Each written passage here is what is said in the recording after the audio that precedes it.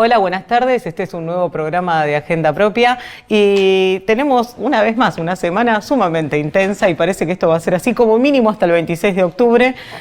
Tenemos una semana más que intensa, un poquito esquizofrénica, digo, mientras está parte del equipo económico negociando un presunto salvataje con el secretario del Tesoro norteamericano, el presidente hace un show personal con una banda a la que llaman banda presidencial.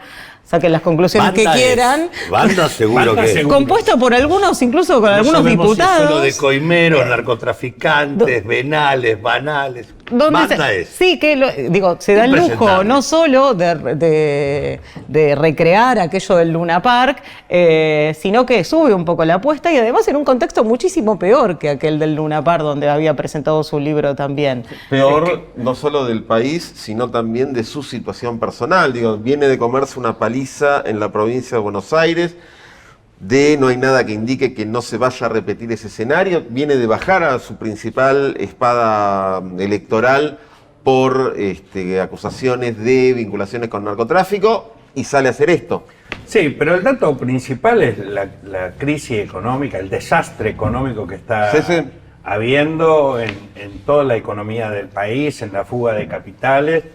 Algunos quieren comparar Panic Show, como lo llamaba Gladys al principio, lo quieren comparar con Nerón en el Imperio Romano, otros con la orquesta del Titanic.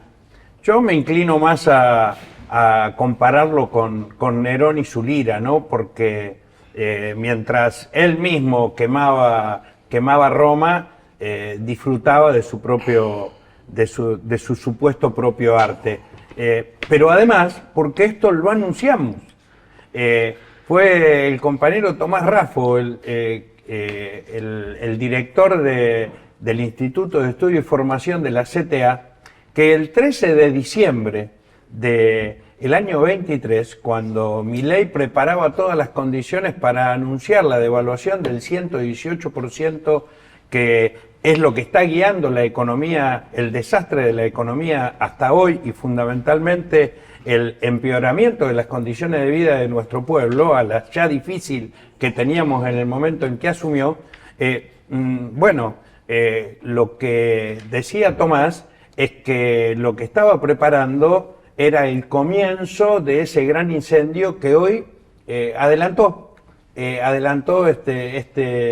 esta actitud de Milei tocando con una orquesta, como Nerón tocando su lira, mientras la economía del país, la situación política del país, porque hoy no podemos hablar de un Estado neoliberal, hoy estamos hablando de un Estado narco que encabeza Milei, porque el gran problema que tiene Milei ahora es que, sacado Esper, con lo que creo no va a poder recuperar la caída desastrosa, porque la caída desastrosa no tiene que ver con un candidato, tiene que ver con el desastre de la política de todo este gobierno. Pero el que aparece ahora, vinculado con Machado, y esto lo demuestra en las propias amenazas escondidas que hace el propio Machado hoy apareciendo públicamente, es el propio Milei, que estuvo en las reuniones con Machado, porque Machado es parte de esta banda.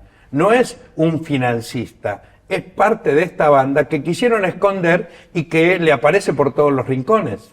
Sí, y además si la intención fue justamente cambiar de tema en esto que hizo Milei anoche, en el Movistar Arena, en realidad no solo no salió, sino que incluso de sus propias huestes, de sus propias bases, de su propio periodismo adepto, hubo un cuestionamiento sobre que lo que está demostrando en realidad es que no es el capitán de un barco en crisis con capacidad de pilotearlo.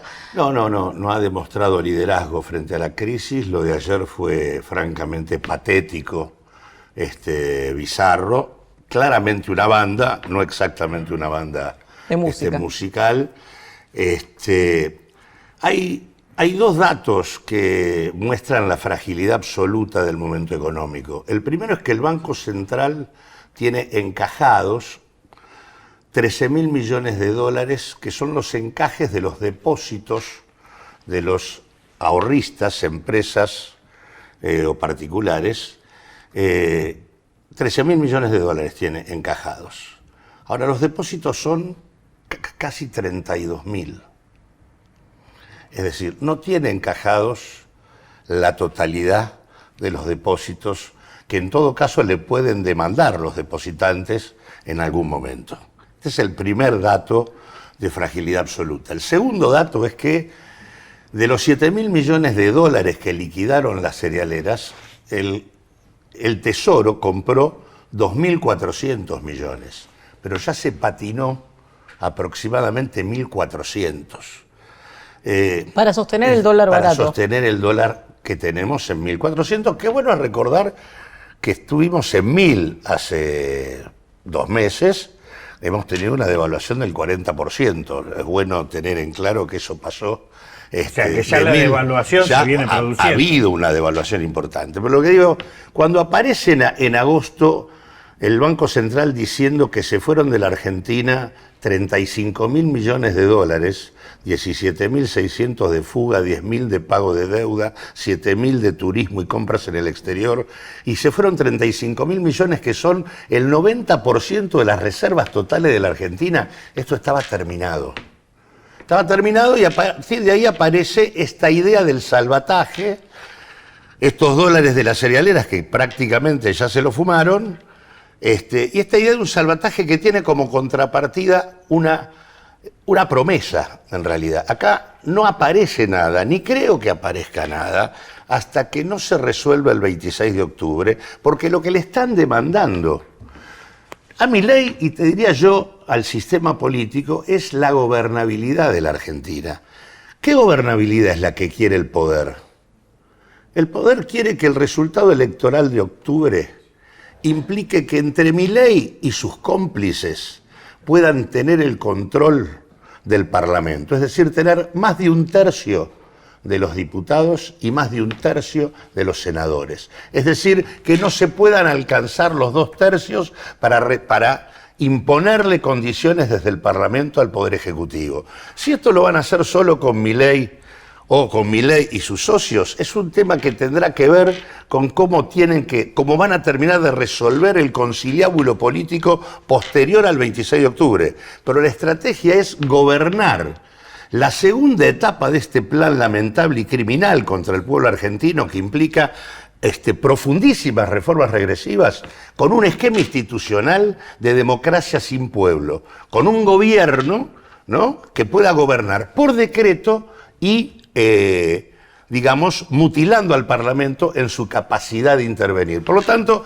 esto pone en el centro el debate del 26 de octubre. Hay que barrer a esa oposición cómplice y conciliadora, que es la que puede garantizarle a Milei llegar a esa cifra de 87 diputados y 25 senadores, para evitar estar a tiro de juicio político, incluso en caso de que siga violando la Constitución. Cachorro, pensaba escuchando acá lo que plantea Claudio, de bueno, ¿cuál es el rol de la calle, ¿no? ¿Qué es lo que se puede hacer si, bueno, como vimos durante prácticamente estos casi 2 años, porque Milei, como no tenía esos números que plantea Claudio, tuvo ayudas, bueno, ¿cuál es el rol desde la calle que se puede hacer para frenar los embates de este gobierno? Que además ya hablan de las reformas laboral, previsional, como que ahora vendría el plato fuerte. Primero, lo que describía Claudio es la agenda y el objetivo de Trump. Es el objetivo de Milei de poder consolidar un gobierno a través de decretos y vetos. Porque tener el 30%, 1/3 de las 2 cámaras, es la posibilidad de sostener los vetos. ¿Cuál fue el rol de la calle hasta aquí? Fue denunciar a este Nerón que vino a incendiar la Argentina ya más jodida de lo que estábamos, y montarse en una falacia de democracia, gobernando por decreto, y consolidar eso.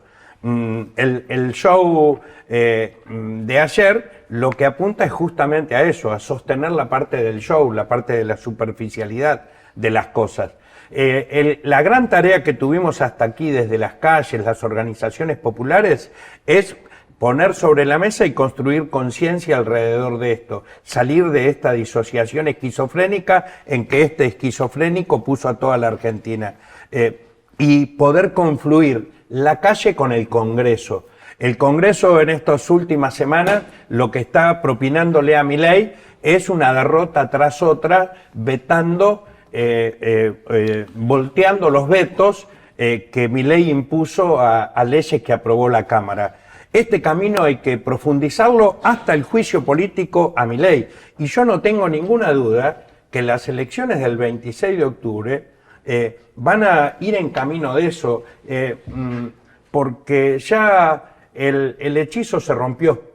El pueblo ya ha tomado conciencia y no lo quiere más. O sea que hay un camino de profundizar la tarea de la calle con la tarea en el Congreso. Para eso necesitamos nuevos legisladores que se animen a derogar el decreto 7023, que no le permitan gobernar por decreto, y que se avance en un juicio político que acorte cuanto antes esta angustia, este sufrimiento que vive el pueblo argentino, producto de un gobierno que ha dejado de ser democrático, que es despótico, que es dictatorial y se nos ríe en nuestra cara, nos miente en nuestra cara, pero ya nuestro pueblo no está dispuesto a aceptarlo tranquilamente. Yo creo que hay algo para celebrar, que es que la persistencia de la movilización popular desde que apareció Milei en adelante y que fue creciendo, ha logrado abrir el Congreso Nacional, que estaba cerrado prácticamente con un cerrojo, que era el que garantizaba a Milei, con esa oposición complaciente que decía una y otra vez hay que darle gobernabilidad a esto, ¿no? A esto que destruye la vida de nuestro pueblo e hipoteca el futuro de la nación. Me parece que la política cobra su máxima potencia en el momento en donde la lucha callejera, la organización y la movilización popular empalman con la capacidad de canalizarse institucionalmente. Bueno, nos vamos con esta reflexión, una pequeñísima tanda para volver con nuestra invitada del día para reflexionar sobre todo esto. Paula Penaca, diputada nacional.